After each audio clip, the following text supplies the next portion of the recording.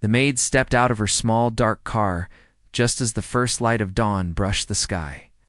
Dew still clung to the neatly trimmed hedges that lined the long driveway. She carried a simple tote bag and wore a plain uniform, but her calm smile felt almost bright enough to light the front lawn on its own. Beyond the iron gates, the mansion rose like a silent giant. Its tall windows reflected the soft glow of morning, and its wide doors seemed to promise 100 rooms hidden behind marble walls. She walked along the stone path with care, placing each footstep gently as if she did not wish to wake the building itself. Inside, the hall was cool and empty. A grandfather clock in the corner ticked quietly, measuring out each slow second. She paused by a large vase of white flowers. A single petal had fallen to the floor. Without a word, she bent to pick it up and set it back with its friends. As if no one else in the house noticed the small sign of disorder, up the wide staircase she went, wiping a small bead of sweat from her brow. She climbed slowly, not because she was tired, but because she wanted to savor the stillness before the day began. In the boys' wing, soft carpets dampened her footsteps. She paused at the door of the child's room, placing her hands softly on the cool wood. Inside, the little boy sat on his bed, legs crossed, his pale pajamas neat but simple. He did not look up. His gaze was fixed on a wooden train set arranged in perfect order across the floor. Each morning, she watched him for a moment before speaking. The child, 7 years old, had autism. His world often felt quiet and strange to him, like he was looking at life through a thin sheet of glass. But she had learned to see beyond that glass, to know when a small breeze might calm him, or when a bright color could pull a smile from him. Today his blue eyes were fixed on the toy tracks. She took a gentle breath, cleared her throat, and said good morning. Her voice was soft but steady. Turned his head slowly, blinking once. There was no quick smile or rush of words. Instead, he gave a slight nod. She knelt in front of him, placing her bag gently on the floor. He reached out a small hand to touch the soft carpet. She looked at the train set and said, "Shall I help you get ready for school?" He pointed at his pajamas and then at the door, his way of saying yes. She left the trains as they were. Motion can upset his calm. Instead, she moved to his closet and chose a blue shirt, soft cotton, the kind she knew he liked. She brushed her hand over the fabric, folded it gently, and placed it on the bed. The boy watched every movement. She felt his tension, like a coiled spring. She spoke in a quiet voice. "Let's pick out your shirt." His eyes lit.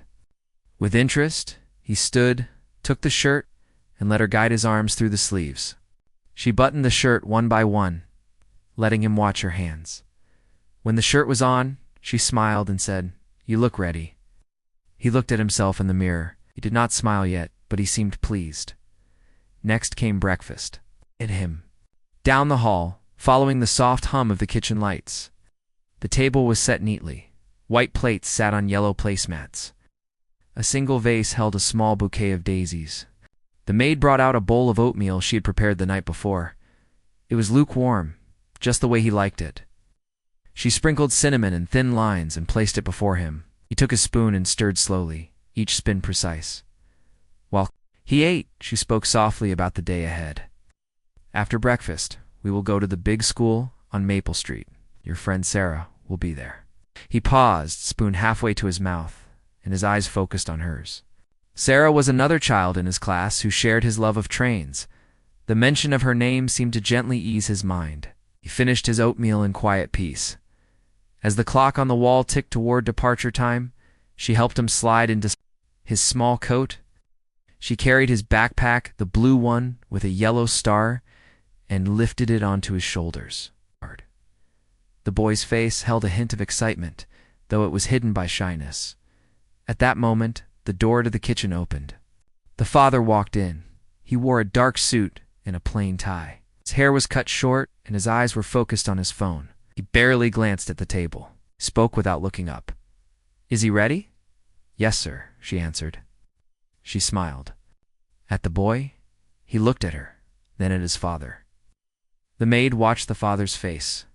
It was calm, almost stern, as if play was a distraction in a busy world. She knew he cared deeply, but he believed the boy needed order above all. Bubbles, he thought, were toys and toys were distractions. She did not argue. Instead, she opened the back door where a black car waited.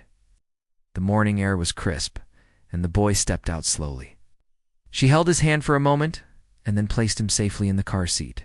He settled in, his small legs tucked around the seatbelt, his eyes drawn to the moving cars on the street beyond. She closed the door gently and walked back inside. Carrying the bubble solution and a small wand hidden in the pocket of her apron, she paused in the quiet hallway. She knew the father would not approve of this next step, but she trusted it would help the boy. Outside, she reached the car window and tapped lightly. The window rolled down with a soft hiss. Bubble solution, and waved the wand in slow circles. A stream of tiny, glistening bubbles drifted into the air. They caught the light and shimmered, spinning as they rode on the breeze. Inside the car, the boy's head turned. His eyes widened in wonder. He pressed his small nose to the glass, as if he could catch the bubbles in his mouth. One bubble floated, close, and he reached out a finger to poke it. It bobbed away, carrying his laughter on the wind. The laughter was soft at first, but it grew. The boy giggled and pointed. Bubble after bubble drifted around him, and each one seemed to carry a piece of magic. He laughed without worry, his body relaxed. The tension he carried each morning slipped away like water through her fingers. The maid watched him, her heart full. She stayed behind the car, blowing bubbles until the boy's laughter filled the small space. She saw a spark in his eyes, a light she had not seen in the long, quiet months before. She smiled, proud of her simple trick.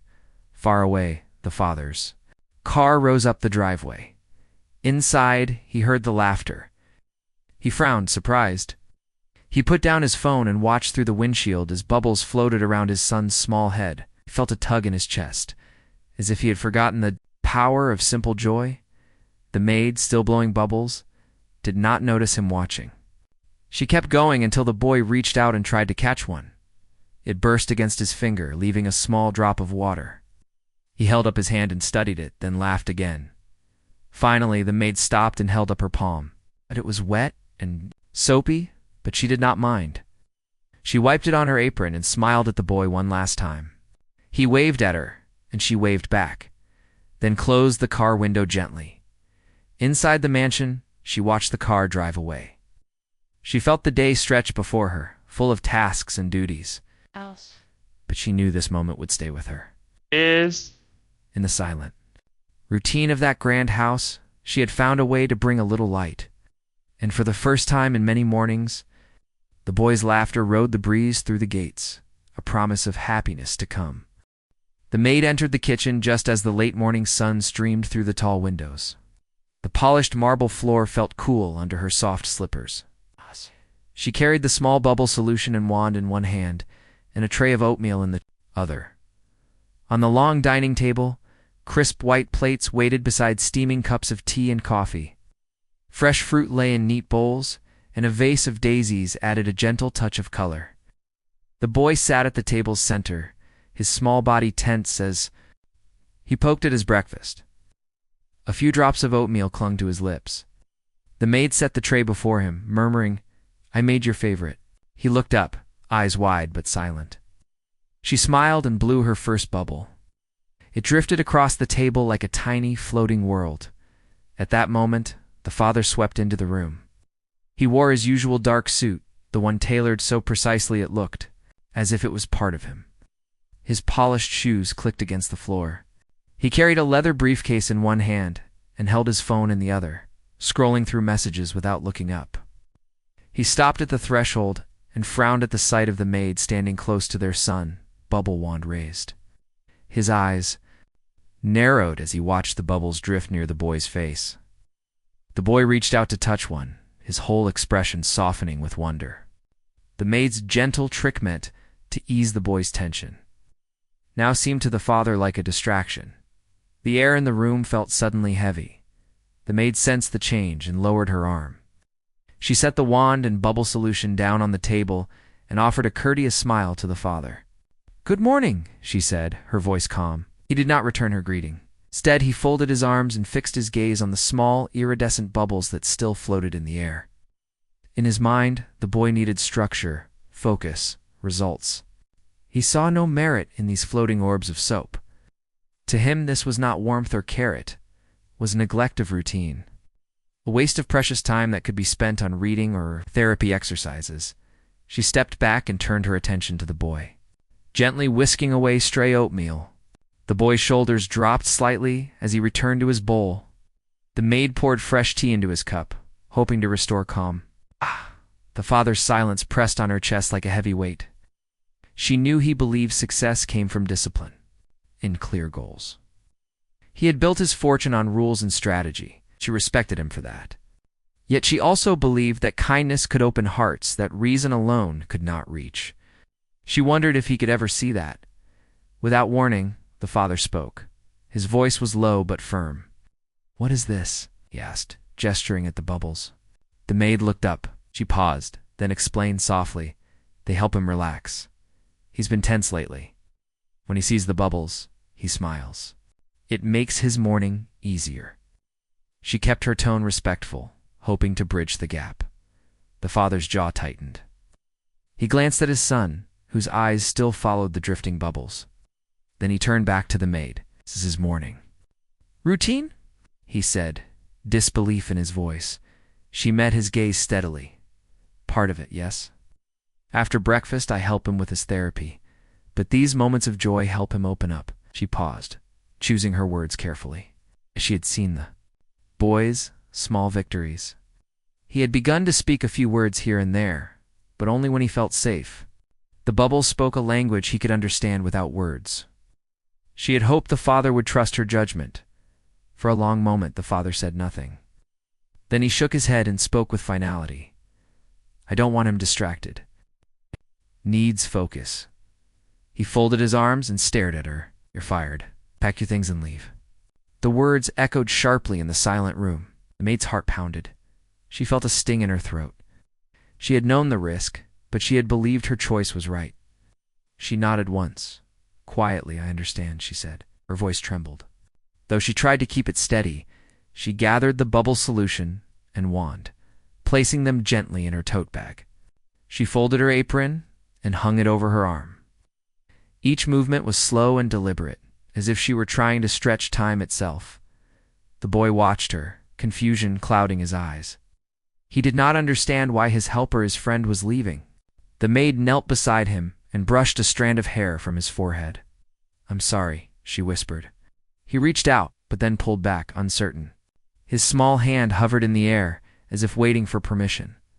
The father stood by the doorway, his face unreadable. He checked his watch and cleared his throat. "Now," he said. The maid rose, lifted her tote bag, and took one last look. At the table, the fruit bowls, the freshly poured tea, the single bubble drifting near the boy's hand, it all felt like a promise broken. She turned toward the door, paused for a breath, and then walked out. Outside, the driveway stretched, long and empty, lined with trimmed hedges and blooming flowers. A silver car idled at the end, its engine humming softly. She walked down the path, tears blurring her vision. Each step felt heavy, as if she carried the weight of a broken morning. She reached the car, opened the back door, and sat down. Placed her belongings by her side and closed the door. She stared out the window, watching the mansion grow smaller. Inside, she hoped the boy would be okay. Back in the kitchen, the father watched the car drive away. One last bubble floated near the window, catching the sunlight. The boy reached out and touched it gently, burst against his finger with a soft pop, leaving a small drop of water. He looked up at his father, eyes wide. The father turned and walked toward him, reaching out a hand. But the room felt different now, a hollow place where laughter had been. The boy sat still, clutching the bubble wand on the table, waiting for a friend who would not return. The father closed the distance between them, but the space in the boy's heart held an echo of a lost morning. The house felt emptier than ever. The marble floors shone under the soft glow of the evening lights, but there was no laughter echoing through the halls. The father stood in the quiet living room, his dark tie loosened, sleeves rolled up, had watched his son drift through the day like a small ship without wind. Each hour had passed with silence. No words, no smiles. Only the boy's solemn face and the steady tick of the grandfather clock. He sank into a leather armchair and closed his eyes. He could still hear the faint pop of bubbles in his mind. He had never thought simple soap or water could stir such emotion. He wondered if he had been too harsh. He had believed in rules and structure. He had believed that success came from hard work, not play. But now he felt the sharp edge of regret. He wished he could turn back time and let the bubbles float. A low cough drew him back. His son stood in the doorway, dressed in pajamas the maid had chosen. The boy held a small toy car in one hand. He looked at his father with wide eyes. Father patted the seat beside him. The boy hesitated, then stepped forward and sat. The father leaned down and placed a hand on his shoulder, but the boy stiffened and looked away. The father realized that the boy did not know how to bridge the gap between them. He closed his eyes and spoke softly. "I'm sorry," he said. The words felt strange on his lips. The boy did not answer. He fiddled with the toy car, rolling its tiny wheels between his fingers. The father reached for the boy's free hand and took it gently. He tried again. "I didn't mean to hurt you." He paused, unsure if these words would matter. The boy's hand lay still. The father let go, his heart heavy. Night fell, and the boy's bedroom became a small island of light. The walls were painted pale blue with stars that glowed when the lights went out. The father sat on the edge of the bed. He picked up the storybook he had bought that morning. The cover showed a bright forest and animals dancing under the moon. He opened to the first page and began reading in a quiet voice. His words filled the still air, tumbling out like soft stones. At first, the boy did not look. He sat on the bed, legs dangling, his gaze fixed on the floor. But as the father read, the boy raised his head and watched the pictures. He blinked once. The father pointed to a bear on the page. "See the bear? He finds a friend in the story." He turned the page, and together they share honey and laughter. The boy's lips moved. The father held his breath, but the boy said nothing. The father closed the book, resting it on his knee. He placed a hand on his son's back, but the boy leaned away. The father drew in a deep breath, fighting back a wave of sadness. He helped the boy into bed. He tucked the blanket up to the boy's chin. The boy's eyes stayed open, watching the stars on the ceiling. The father kissed his son's forehead. "Good night," he whispered. The boy did not speak. He closed his eyes, and the room slipped into darkness. The next morning, the father woke early. He had not slept well, felt the weight of the empty house pressing on his chest. He dressed in a crisp white shirt and dark trousers. He tied his tie slowly. He thought about the day ahead, meetings, calls, decisions. But first, he needed to understand how to help his son. He could not lose him to silence. He sat at the long dining table where the maid's picture once stood. Now there was only a candle and a small plate of untouched toast. He poured himself a cup of black coffee and stared at the steam rising in gentle curls. He opened his laptop and searched for ways to help nonverbal autistic children find words. He clicked on article after article. Each offered tips, speech therapy exercises, visual charts, reward systems. He printed a few pages and tucked them into a folder. By mid-morning, he had organized a meeting with a speech therapist. He typed a polite email to the boy's doctor, called the therapist's office, and set an appointment for the next day. He arranged for a set of picture cards to arrive by afternoon. He felt a flicker of hope. He would do everything he could. To help his son, he would learn. He would not give up. When the boy returned from school, the house felt tense. The father greeted him at the front door with the picture cards in hand. They showed everyday objects: a ball, an apple, a smile. He knelt on the floor and spread the cards in a neat row. He said, "These are words." He pointed to the picture of an apple and said slowly, "Apple." He looked at his son, hoping for a spark. The boy watched the cards. He did not speak. He reached out and touched the picture of a ball. He traced its round shape with his finger. The father's heart ached. He said softly, "Ball." The boy dropped the cards and stood. He walked away without a word. The father stayed on the floor, surrounded by scattered cards, and sat with his head in his hands. Days passed. The father tried every method he found. He set up small goals, 1 word per day, rewarded the boy with a star chart. He let him play with bubbles once, hoping that the maid's simple trick still worked. The boy smiled when he saw the bubbles, but did not speak. He laughed softly, but the words did not follow. The father realized that he needed more than charts. In cards, he needed to rebuild trust, needed to show his son that play and rules could exist together. He closed the folder of articles and switched off the lights. He lay in bed, staring at the ceiling. He thought about the maid's courage to trust her heart. He felt ashamed that he had dismissed her. He vowed to be braver. That night, he rose from bed and tiptoed down the hallway to the boy's room. The boy's door was open, the soft glow of a nightlight showing the stars on the walls. The father stepped inside and closed the door behind him. He held a single bubble wand. He had bought it in a moment of desperation, remembering the maid's gentle smile. He filled the wand with solution and blew a slow, perfect bubble. The bubble drifted toward the boy's bed. The boy sat up, his eyes wide. He watched as the bubble caught the light and floated, spinning gently. The father held his breath. The bubble hovered over the boy's pillow. The boy reached out, his small hand trembling. His father whispered, "Bubble." The word trembled in the air. The boy's finger touched the bubble. It burst, leaving a drop on his fingertip. He licked it off and smiled. The father's chest tightened. He felt tears sting his eyes. The boy's eyes glowed with wonder. He looked at his father. He opened his mouth and one small word came out. More. The father's breath caught. He knelt beside the bed and wept softly. He reached for his son's hand. "More bubbles," he said, voice shaky with relief.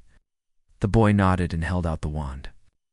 The father blew gently, and more bubbles rose like tiny planets in the dark room. In that moment, the silence broke. The boy's laughter filled the space where worry once lived. The father realized that words were important, but so was joy. He embraced his son and promised to never let structure blind him to kindness again. The bubbles drifted upward, carrying hope on their fragile wings. And in the quiet house, a father and son found their way back to each other, 1 bubble at a time. The maid woke before dawn. The sky was still dark when she slipped from her small apartment. She could not shake the worry that had settled in her heart. Each morning since she had left the mansion, she thought of the boy's quiet face and empty laughter. She felt a pull in her chest as if something was missing and she held the key. She dressed quickly, pulling on her coat, and tucked the small bubble wand into her pocket. The streets were silent as she traveled to the mansion. Lamps glowed behind trimmed hedges, and the gate stood closed against the night. Her mind replayed the boy's happy laughter at her bubbles. She remembered how his eyes had lit up, how his small hands had reached out to touch the floating orbs. She believed those bubbles had done more than calm him, they had opened the door to his heart. When she reached the gate, a tall metal barrier stood between her and the house. She pressed the intercom button and waited. Her heart beat fast. Guard's voice came through, low and cautious. She gave her name and explained she only wished to see the boy for a moment. For a second, all she heard was static. The guard repeated her name, then his voice softened. He said she was no longer allowed inside. Tears pricked her eyes, but she held back her sorrow. She whispered, "Please, just 1 moment." The guard hesitated, then spoke into his radio. She pressed her hand to the cool metal bars and closed her eyes, steadying her breath. She could not go back without trying. A few tense minutes passed. Then the guard held up a hand and stepped back. He opened the gate just enough for her to slip through. She stood inside the drive under the glow of stone lanterns. The guard watched her closely but did not block her path. She nodded in thanks, her throat tight. She felt the weight of every step as she moved along the gravel path toward the mansion's front. In the distance, she saw headlights approaching. A sleek black car cut through the darkness, slowing as it neared the entrance. The car pulled up. Beside her, the driver's window rolled down with a soft hiss. The maid recognized the deep voice of the guard behind it, but she only looked past him at the figure in the back seat. The boy sat buckled in, his eyes wide in the car's glow. He spotted her and leaned forward, pressing a small hand against the glass. She raised her own hand and smiled softly. Before she could speak, the car door opened. The father stepped out, his suit crisp even in the dim light. He stood tall, arms crossed, his expression unreadable. He looked at her, then at his son. Boy's small face brightened at the sight of her. The maid took a breath and said, "Sir, I'm sorry. I didn't mean to cause trouble. I just want to see him for a moment." The father's jaw clenched. He glanced at the hedges, the marble steps beyond them, then back at the maid. He looked at the boy whose eyes shone with hope. His voice was quiet as he said, "You were fired. I told you never to come back." The maid's heart sank, but she spoke on, steady and calm. "I know, but I only want to help him. He needs comfort, sir." He studied her face. The night air felt heavy between them. The boy inside the car had turned his head, watching every second. The father hesitated, his hand hovering near the car door. He remembered the maid's kindness, the way she had soothed his son's fear each morning. He thought of the silence that had followed her departure, the hush that fell over their home. Slowly, the father reached for the car door handle. He opened it and called softly, "Come here." The boy climbed out, unbuckling himself with care. He walked to the maid, his steps small and sure. The maid knelt down on the gravel, coming to his level. She brushed a strand of hair from his forehead and smiled in a warm, gentle way. The father stood behind them, arms still folded. He watched as the maid reached into her pocket. She pulled out the small bubble solution and wand. She uncapped it and lifted the wand to her lips. She gave him a gentle nod. In her eyes was a promise of kindness, a memory of mornings filled with laughter. The boy watched her closely. She dipped the wand into the soapy liquid and lifted it. To the light, a single bubble formed at the tip. She blew softly. The bubble drifted from the wand like a tiny, shining planet. It bobbed on the night breeze, catching the faint glow of the lanterns above. The boy's breath caught. His eyes widened in awe. More bubbles followed. Each one spun in the air, floating between the mansion and the garden. The boy reached out a hand, his fingers trembling with delight. One bubble landed on his palm and popped with a soft pop.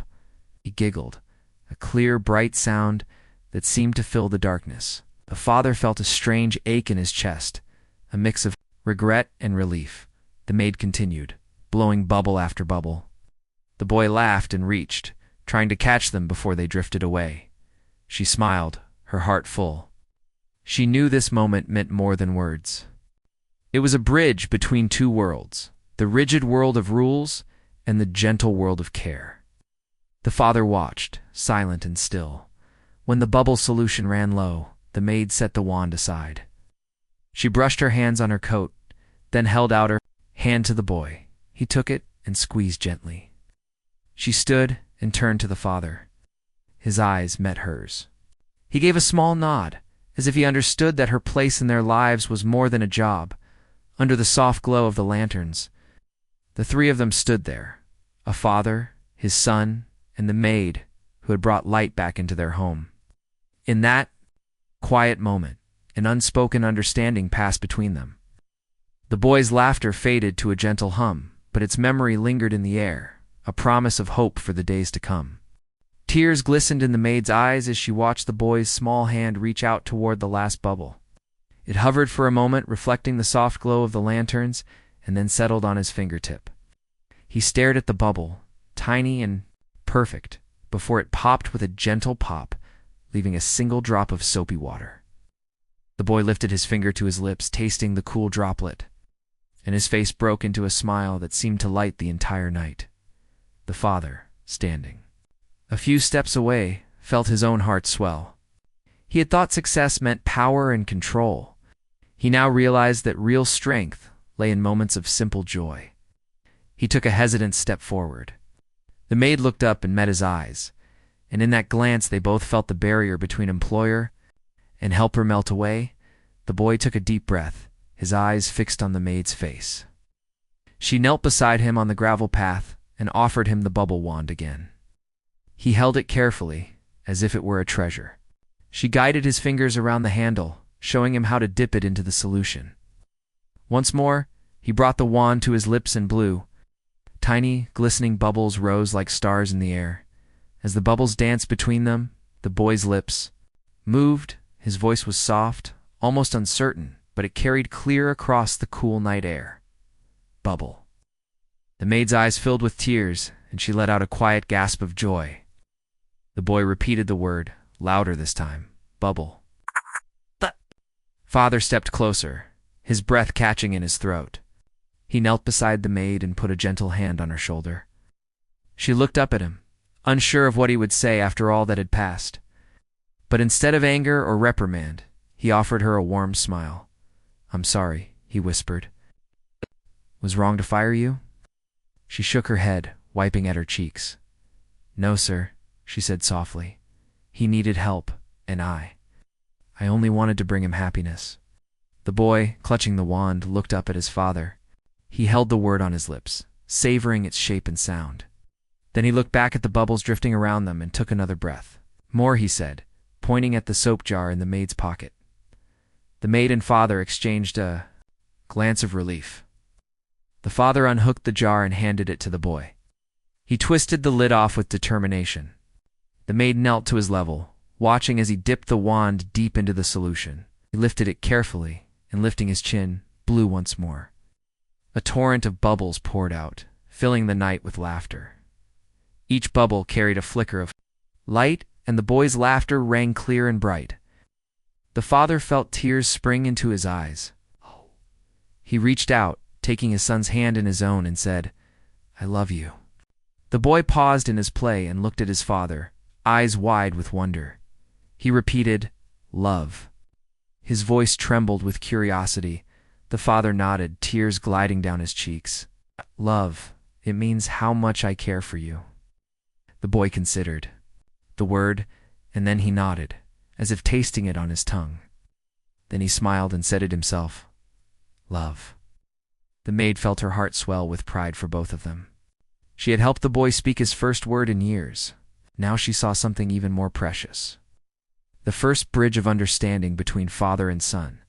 The three of them stood under the lantern light, surrounded by the dreamlike dance of bubbles.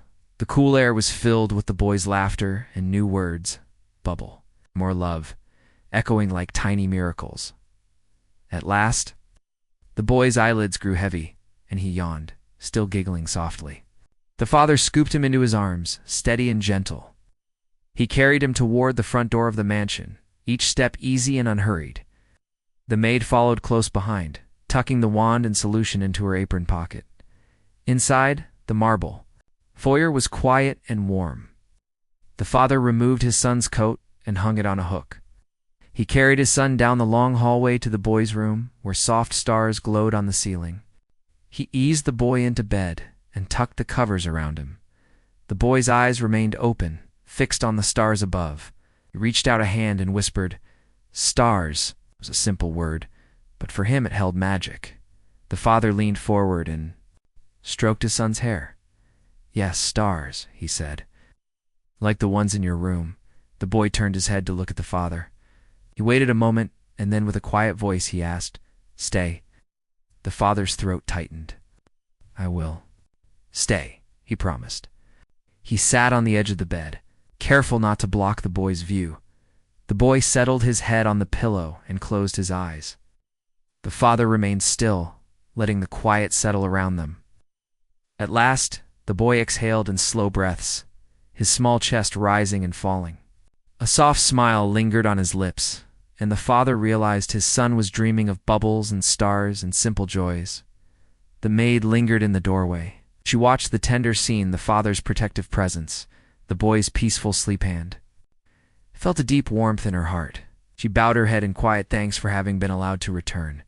As she turned to leave, the father called softly, "Thank you." She paused and looked back. He stood in the doorway, sleeves rolled up and eyes red from tears. He spoke again. "Thank you for helping my son, and for helping me." She smiled and curtsied slightly. "It was my honor," she replied. She slipped away into the hall, leaving them in their moment of newfound peace. Downstairs, the mansion felt different, lighter, as if the child's laughter and first words had unlocked something long forgotten. The father paused by the grand staircase, tracing the carved railing with his hand. He took a deep breath, savoring the memory of the night's events. In the kitchen, poured himself a cup of tea and turned off the overhead lights. He carried the tea back to the foyer and set it on a small table beside the front door. He placed a single bubble wand and jar of solution next to it, with a note. 4 more bubbles and first words. "Love, Dad." He walked to the window and looked out. At the dark sky, sprinkled with real stars, he whispered to himself, "More bubbles, more joy." High above, the stars shone softly. Below, behind the lantern-lit windows, a father and son slept in a room, now guarded by understanding and care.